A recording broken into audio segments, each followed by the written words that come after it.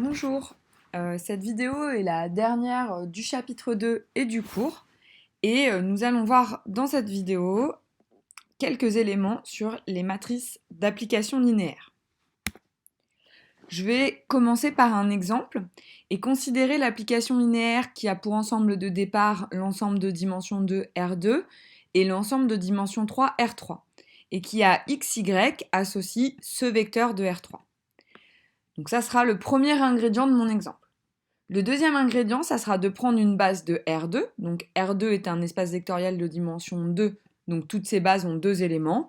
Et là, je prendrai E1, E2, la base canonique, c'est-à-dire la base composée des vecteurs 1, 0 et 0, 1.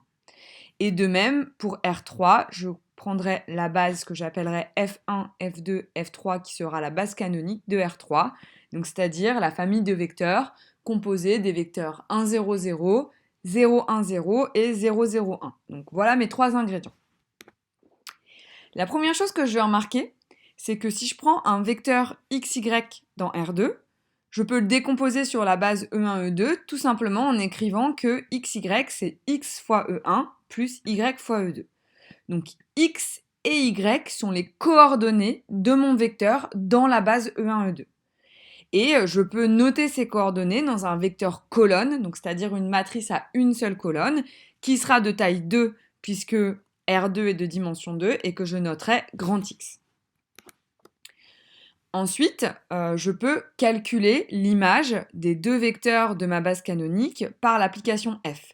Puisqu'on l'a vu dans le cours précédent, l'application est entièrement déterminée par l'image d'une base par F. Donc ici, en particulier, elle est entièrement déterminée par la connaissance de f de E1 et f de E2. Ici, f de E1, c'est le vecteur 2, 1, 0.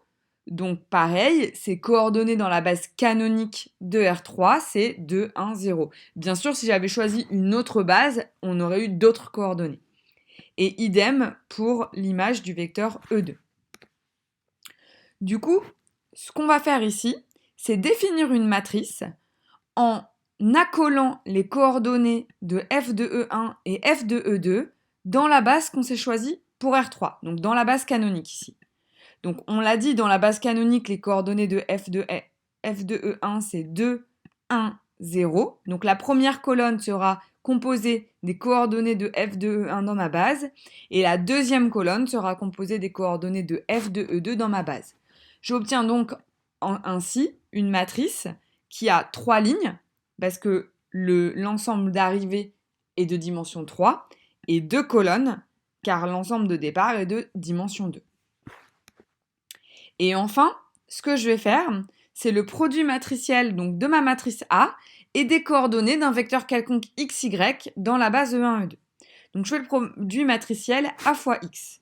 Donc je vous rappelle, pour faire le produit matriciel de A et de X, pour obtenir, c'est une matrice 3, 2 que je vais multiplier avec un vecteur 2, 1. Donc déjà, je sais que en résultat, j'obtiendrai un vecteur de taille 3.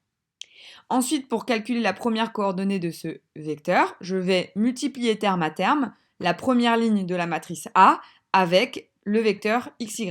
Donc ça me donnera 2x plus 0 fois y, soit 2x. Si je fais la même chose pour la deuxième et la troisième ligne, j'obtiens que le vecteur a fois x est ce vecteur-là. Et je reconnais ici les coordonnées de f de xy dans la base canonique de R3.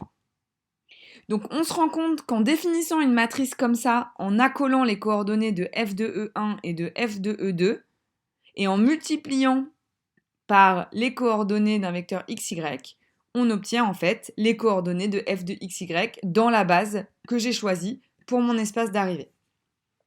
Donc en fait, je peux complètement généraliser ce principe à n'importe quelle application linéaire d'un espace de dimension finie vers un espace de dimension finie. Donc je vais maintenant faire le cas général, mais vous allez voir, c'est exactement le même principe. J'ai toujours 3 ingrédients, une application linéaire f d'un espace E de dimension finie vers un espace f de dimension finie. Mon deuxième ingrédient, c'est une base E1, E2, E3, EM de mon espace de départ. Donc vous voyez, il y a m éléments dans ma base, donc la dimension de l'espace de départ, c'est m. Et je fais pareil pour l'espace d'arrivée. Je prends une base quelconque, n'importe laquelle, F1, Fn de mon espace d'arrivée. J'ai n éléments dans ma base, donc la dimension de l'espace d'arrivée, c'est n. Je recommence les mêmes étapes que tout à l'heure, donc je prends un vecteur v quelconque de E et je peux le décomposer dans la base que j'ai choisie de E. Donc je peux l'écrire comme combinaison linéaire des vecteurs de ma base E1, etc., Em, et donc représenter ce vecteur v dans la base que j'ai choisie par un vecteur colonne de taille m, parce que la dimension de E c'est m, et ce vecteur colonne contient toutes les coordonnées de v dans la base que j'ai choisie. Seconde étape, je vais caractériser mon application linéaire en calculant l'image de tous les éléments de ma base par l'application f. Et ensuite, ces éléments f de E1, je vais les décomposer dans la base que j'ai choisie dans l'espace d'arrivée. Donc par exemple, f de E1, ça s'écrira comme une combinaison linéaire des vecteurs f1, fn, et je noterai comme coordonnées de mon vecteur f de E1, donc A11 pour la première coordonnée et AN1 pour la nème coordonnée. Donc le 1 ici se réfère au fait que je regarde f de E1 et n au fait qu'on a la nème coordonnée. Je fais la même chose pour tous les vecteurs et donc j'obtiens une décomposition de toutes les images des vecteurs de ma base E1, En. On peut se servir de cette décomposition pour calculer l'image par f de notre vecteur v. Donc ça, comme on l'a vu dans le TD7 et dans le cours précédent. Pour ça, on utilise le fait que f est une application linéaire et donc par linéarité, l'image de cette combinaison linéaire des vecteurs E1, Em peut s'écrire sous cette forme-là. Ensuite, notre but, c'est d'obtenir les coordonnées du vecteur f de v dans la base de l'espace d'arrivée, donc c'est-à-dire dans la base f1, fn. Donc ce que je vais faire ici, c'est remplacer chaque vecteur f de E1, f de Em par sa décomposition dans la base de l'espace d'arrivée. Donc ça va me donner le vecteur suivant. Donc vous voyez ici, j'ai simplement remplacé f de E1 par son expression, etc. Et ensuite, je vais réarranger les termes en mettant chaque vecteur de la base f1, fn en facteur pour obtenir les coordonnées de f de v dans la base de l'espace d'arrivée.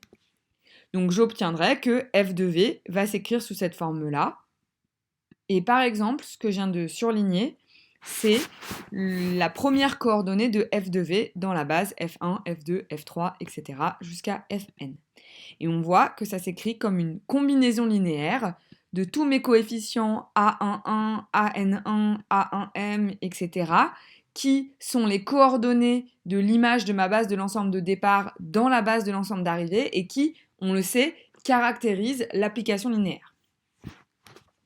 Alors, je vais refaire exactement la même chose, mais en l'écrivant d'une manière différente.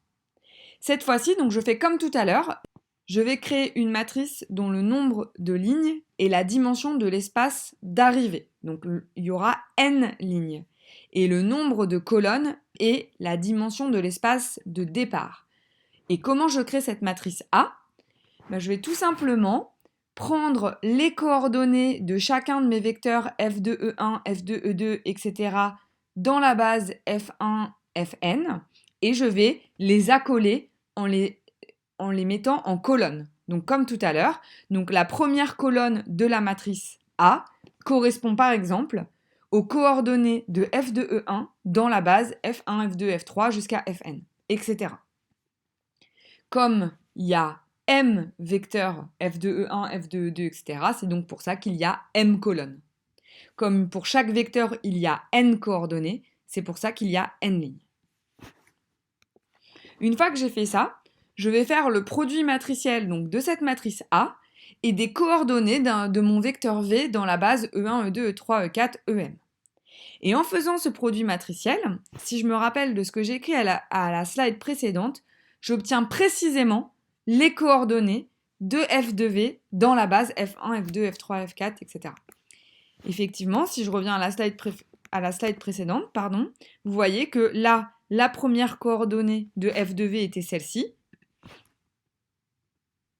Et c'est bien la même qu'on retrouve ici après avoir fait le produit matriciel. Donc je vous encourage vivement à mettre pause et à essayer de refaire le calcul chez vous pour vous entraîner. Que peut-on en conclure? Tout d'abord, on voit que la matrice A qu'on a créée ici, elle a une très forte correspondance avec l'application linéaire F. Puisque une fois qu'on s'est fixé une base de l'espace de départ et une base de l'espace d'arrivée, connaître F ou connaître A pour calculer l'image de vecteur par F, c'est équivalent. Donc cette matrice A, elle caractérise l'application F. Donc c'est ce qu'il y a écrit ici. Et en particulier, cette matrice A, on l'appelle justement la matrice de l'application F dans les bases E1-EM et F1-Fn. Donc ce qui est très important, c'est de préciser dans quelle base on s'est placé. En effet, donc ça je l'ai dit plusieurs fois, par exemple, quand je décompose mon vecteur V sur la base de départ, suivant la base de départ que je vais prendre, mes coordonnées x1, xm ne vont pas être les mêmes. Ensuite, comme la base sera différente, les vecteurs f de e1, si je change de base et que je regarde f de e'1, bien sûr, je n'obtiendrai pas le même vecteur. Et suivant que je décompose les images des vecteurs de ma base de départ sur la base d'arrivée, si je change de base d'arrivée, bien sûr, j'aurai d'autres coefficients ici, A11, AN1. Donc j'aurai une autre matrice A qui me donnera une décomposition de f de v dans l'autre base de départ. D'accord ? Donc la matrice A, ce qui est très important de se souvenir, c'est qu'elle est liée aux bases que l'on a fixées a priori. Alors pour illustrer un peu tout ça, je vais faire un exemple et je pense que c'est vraiment en vous entraînant sur des exemples que vous allez comprendre le concept de matrice d'application linéaire, donc c'est-à-dire comment je représente une application linéaire par une matrice. Donc dans mon exemple, mon ensemble de départ, ça sera R3. Et je prendrai la base canonique de R3, que j'appellerai B. Mon ensemble d'arrivée, c'est R2, et je prendrai cette fois-ci une base de R2, qui est la base composée du vecteur 1, 1 et 1, 0. Donc R2, c'est un espace vectoriel de dimension 2, donc toute famille libre à 2 éléments est une base de R2. Cette famille est libre puisqu'il n'y a que 2 vecteurs et qu'ils ne sont pas collinéaires, donc c'est bien une base de R2. Et je vais considérer cette application linéaire que j'appelle F toujours. Donc je recommence exactement les mêmes étapes que j'ai fait sur mon premier exemple et dans le cas général. Et la première étape, c'est de calculer l'image des éléments de ma base de départ dans la base d'arrivée. Donc là, j'ai fait le calcul. Vous pouvez mettre pause et faire le calcul vous-même. Mais donc E1, c'est le vecteur 1, 0, 0. Donc si je calcule son image par f, j'obtiens le vecteur 1, 0. Et ensuite, il faut que je calcule les coordonnées de ce vecteur dans la base f1, f2. Donc là, ici, c'est très simple, puisqu'en fait, 1, 0, c'est un vecteur de ma base, c'est f2. Donc les coordonnées de ce vecteur dans la base, c'est 0 et 1. Puisque 1, 0, ça s'écrit sous la forme 0 fois f1 plus 1 fois f2. Je peux recommencer pour f de e2 et f de e3, et à chaque fois, je trouve la décomposition de ces vecteurs dans ma base f1, f2 que je me suis donnée. C'est la première étape. Deuxième étape, je regarde les coordonnées de mes trois vecteurs f1, f2, e1, f2, e2 et f2, e3 dans ma base f1, f2, et ces coordonnées, je les accole en colonne pour créer une matrice A. Donc vous voyez ici, j'ai 0, 1, c'est les coordonnées de f2, e1, 1, 1, c'est les coordonnées de f2, e2, et 0, 2 ici, c'est les coordonnées de f2, e3. J'ai une matrice qui a deux lignes, puisque la dimension de l'espace d'arrivée est 2, et qui a 3 colonnes, puisque la dimension de l'espace de départ, c'est 3. Et ensuite, je vais prendre un vecteur quelconque de mon ensemble de départ, un vecteur x, y, z, dont je vais exprimer les coordonnées dans la base de l'espace de départ. Donc ici, comme base de l'espace de départ, j'ai pris la base canonique. Donc en fait, on connaît immédiatement les coordonnées de ce vecteur, et c'est tout simplement x, y et z. Bien sûr, si j'avais pris une autre base, j'aurais eu d'autres coordonnées. Et enfin, pour retrouver f de x, y, z, je vais faire le produit matriciel de la matrice A et le vecteur grand X. Donc, c'est ce qu'on fait ici. Et ce qu'on obtient cette fois-ci, donc en faisant le produit matriciel de ma matrice A et de mon vecteur x, y, z, donc une fois de plus, vous pouvez mettre pause et faire le calcul vous-même, on obtient le vecteur suivant. Donc la première coordonnée c'est y et la deuxième coordonnée c'est x moins y plus 2z. Donc si je reviens ici, je me rends compte que je ne trouve pas directement à quoi est égal f de x, y, z. Pourquoi j'obtiens quelque chose de différent? Car ici, il faut bien faire attention. Ce qu'on obtient en faisant le produit matriciel, ce sont les coordonnées de mon vecteur f de x, y, z dans la base f1, f2. Et si la base n'est pas la base canonique, eh ben on ne va pas retrouver la même expression que celle qui définit l'application f. Donc pour calculer vraiment f de x, y, z, bah, il faut retranscrire ce que j'ai obtenu en vecteur. Donc f de x, y, z, ça va être égal donc, à la première coordonnée fois mon vecteur f1, plus la deuxième coordonnée fois mon vecteur f2. Et si je fais ce petit calcul, je réobtiens bien x plus 2z et y, ce qui était ici l'expression de mon application f.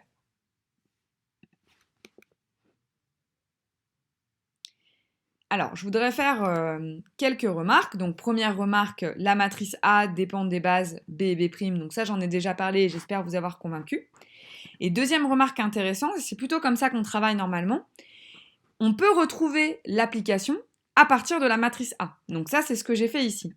J'aurais très bien pu vous dire, voilà un ensemble de départ E avec une base B, mon ensemble de départ d'arrivée F avec une base B', et voici la matrice A de l'application linéaire F dans B et dans B'.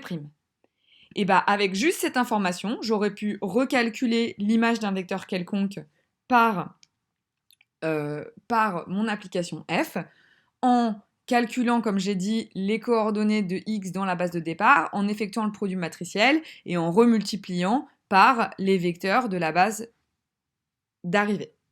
Voilà. Donc en pratique, on représente directement une application par une matrice et ensuite on retrouve l'application par le cheminement inverse de ce que j'ai fait ici.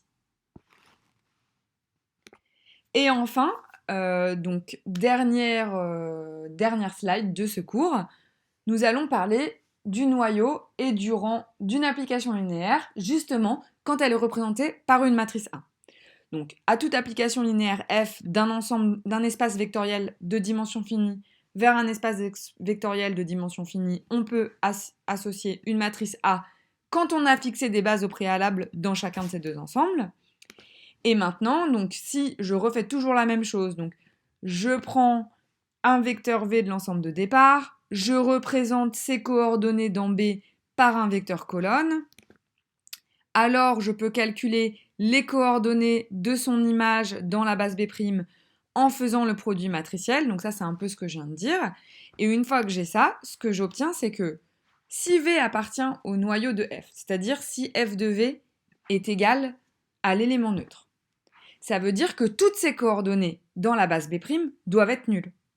Et comme le vecteur de ces coordonnées dans la base B', c'est Y, ça veut dire que le vecteur Y doit avoir toutes ces coordonnées qui sont nulles. Donc des coordonnées, il y en a n, puisqu'on a supposé que F était un espace vectoriel de taille n. Donc en gros, on a une équivalence. V appartient au noyau de F si et seulement si AX est égal à l'élément neutre de Rn, donc c'est-à-dire au vecteur nul de taille n. Donc on voit vraiment une correspondance entre résoudre un système AX A fois X égale le vecteur nul et appartenir au noyau d'une application linéaire. Donc en fait, à chaque fois qu'au premier semestre, vous avez essayé de résoudre ce genre de système, en fait, vous étiez en train de calculer le noyau d'une application linéaire. Pareil, autre proposition qui va faire le lien justement avec ce que vous avez vu au premier semestre, et je m'arrêterai là, c'est que en fait, le rang d'une application linéaire, donc la dimension de l'image d'une application linéaire telle qu'on l'a définie dans le cours précédent, c'est en fait le rang de la matrice A tel que vous l'avez défini dans le cours du premier semestre. Donc voilà pourquoi cette notion de rang, elle a été définie sur les matrices et elle est extrêmement importante puisqu'en fait le rang d'une matrice, ça vous donne le rang de l'application linéaire qui est associé à la matrice. Donc vous verrez l'année prochaine qu'en fait quand on travaille directement sur l'espace des matrices, on peut dégager énormément de propriétés sur les applications linéaires en étudiant justement leurs matrices associées. Et c'est vraiment sur ça que se concentrera, entre autres, le cours de l'année prochaine. Voilà. Bon travail.